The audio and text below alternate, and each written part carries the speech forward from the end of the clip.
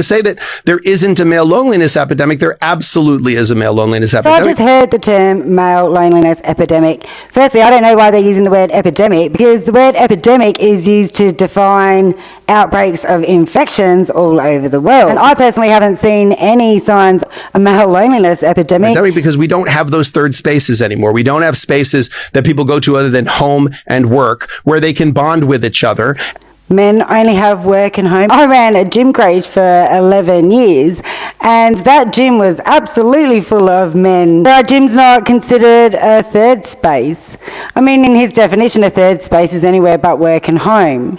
Well, what about the men that play sports? What about the men that go and watch sport? What about the men that go fishing with their friends? I can only imagine how many other places I would think about if I actually gave it some thought. And when a group of men bond, it's like, what are the men doing? They're conspiring in some fashion. And it's kind of like, all right, guys, like men, need to have connection with other men. Who's saying that?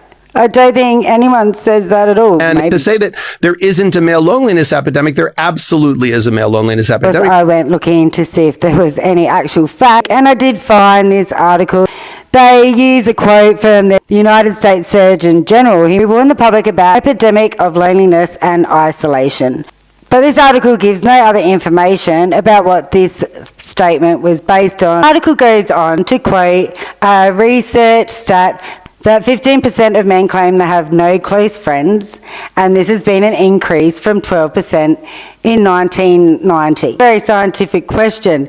It has too many variables. What do you consider a close friend? What does close friends mean? They then use a quote by Equimundo, which is an organisation that is all about men, quoted that their research stated that the majority of men said that no one really knows me well. Again, a very ambiguous question, and certainly no indicator that there's a male loneliness epidemic. Equimundo actually do admit that 40% of the men in the study met the screening standards of depression.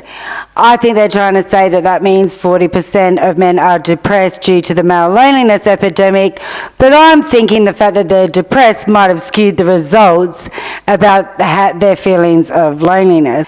And as the article goes on to point out, there has definitely been a lot of discourse about the legitimacy of whether there is actually a male loneliness epidemic or not. One of the big factors is the fact that the loneliness of women has not been considered. There's just been no study or research into any female loneliness epidemic.